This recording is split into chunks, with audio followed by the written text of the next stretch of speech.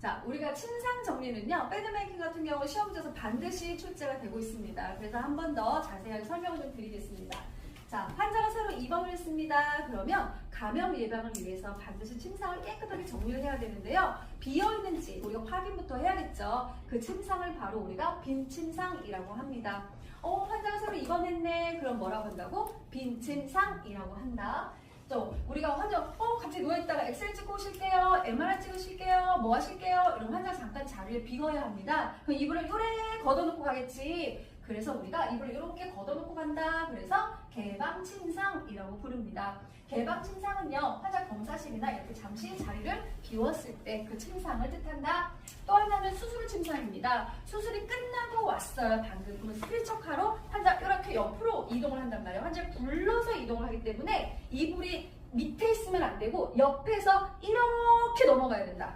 네, 환자는 보통 옷을 입지 않고 오거든요. 환의를 벗고 오는 경우가 많거든요. 그래서 환자가 오자마자 이렇게 덮어주셔야 합니다. 그래서 이불은 세로 모양을 하고 있고요. 또 하나는 베개가 있는데요. 베개를 베지 못하는 경우가 있어요. 그쵸? 뭐 분비물 같은 거나 아니면 뇌압 같은 경우 여러 가지 환자 상태가 다르기 때문에 배가 필요하지 않다고 옆으로 이동을 시켜 놓습니다.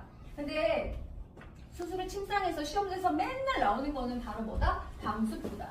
방수포가 다른 베드는 하나씩밖에 안 들어가요, 엉덩이에. 근데 수술 침상은 2개가 들어간다. 하나는 구강 쪽에, 이쪽에 들어가는데 그 이유는 환자는 수술이 끝났으니까 분비물이 줄줄줄줄 해야 되니까 고개를 옆으로 돌려놓는단 말이에요. 그러니까 침상 아래 침구가 오염되는 것을 방지하기 위해서 얼굴 쪽에 하나, 그 다음에 엉덩이 쪽에 수술 부위에 하나. 그래서 방수포가 2개가 들어간다. 그리고 환자는 IV를 하고 올 거예요. 그래서 이제 플루이드를 달고 오기 때문에 폴대가 들어갈 거고 모니터링이 들어갑니다. 그 외에 환자 상태에 따라서 다른 것들이 추가가 될 수 있습니다.